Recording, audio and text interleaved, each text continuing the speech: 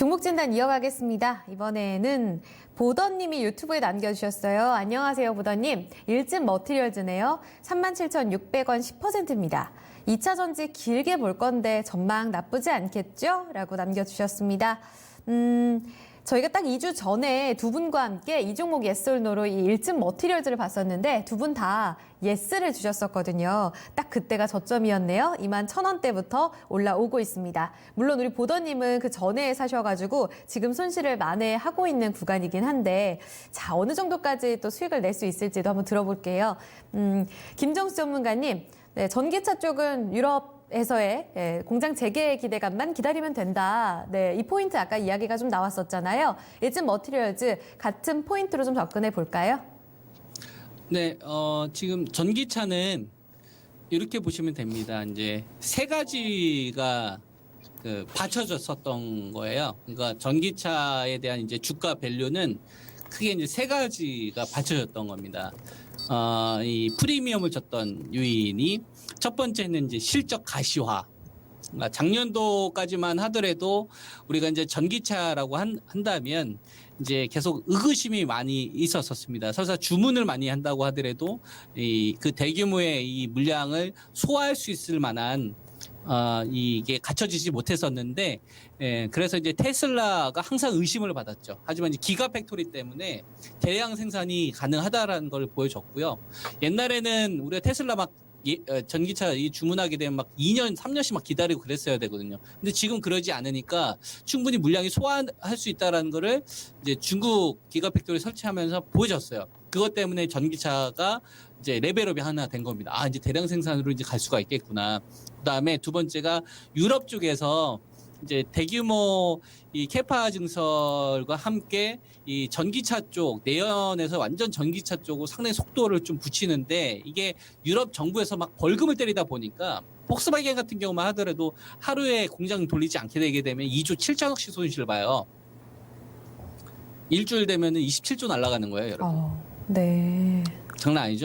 그러니까 2주 정도의 이 셧다운이 열린 기간 동안에 이 전기차 관련된 섹터들은 얼마나 많은 이 물량들이 중단이 됐겠습니까? 배터리를 계속 캐파를 늘리더라도 완성차 업체들이 신차를 발표를 한 다음에 내놔야 되는데 코로나19 때문에 신차를 발표해야 되는 요 일정들이 계속 미뤄지니까 신차 발표를 보면서 아, 뭔가 이제 가시성이 있겠구나. 왜냐하면 작년도만 하더라도 유럽에서 18,000대 팔렸는데 이게 42,000대 팔리니까 깜짝 놀라잖아요. 이게 적당히 20% 30% 증가한 게 아니라 18,000대에서 42,000대니까 얼마나 깜짝 놀라요.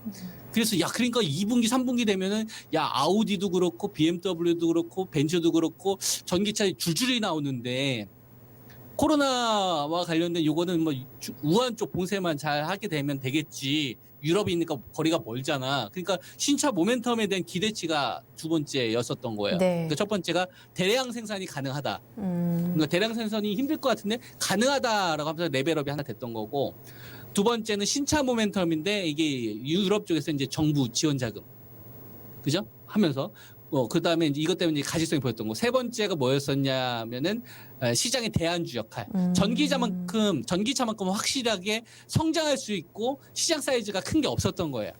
반도체 같은 경우도 엄밀히 말하면 바닥은 찍었지만 얼마만큼 좋아질지가 정확하게 보이진 않았고, 전기차 같은 경우는 산업도 커지는데 유럽이라는 이 거대한 이 자동차 업계들이 다 뛰어들고 도요타도요,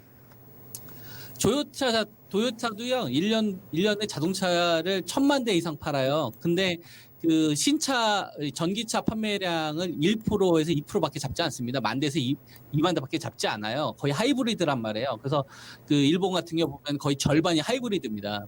일본에 있는 자동차 같은 경우는. 그러니까 하이브리드만 밀던 도요타조차도 50만 대 하니까 시장이 이거 장난 아닌데? 그리고 현대 자동차 그룹에서도 그 수소차 쪽으로 가다가 저희가 방향을 잘못 설정한 것 같습니다.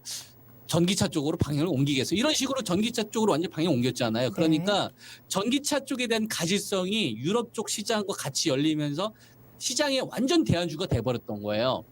그 세 가지 요인이 있었다가 지금은 세 가지 요인 가운데 한 가지 요인이 사라진 겁니다. 대량 생산 가능하고 그다음에 유럽 쪽의 정책이 바뀌진 않을 테니까 전기차는 계속 세 번째가 뭐냐면 주인공이 조연된 거예요. 쉽게 말해서. 시장에 야 전기차만큼 완벽한 대안은 없지. 이거를 코로나19가 짠 등장하면서 미안하지만 바이오제약한테 양보해야겠네. 그래서 코로나19 관련된 진단 키트, 그다음에 치료제, 백신 이게 이제 11월 달까지 계속 메인이 되다 보니까 전기차 쪽을 오매불망 보면서 야 너희들만한 녀석이 없어.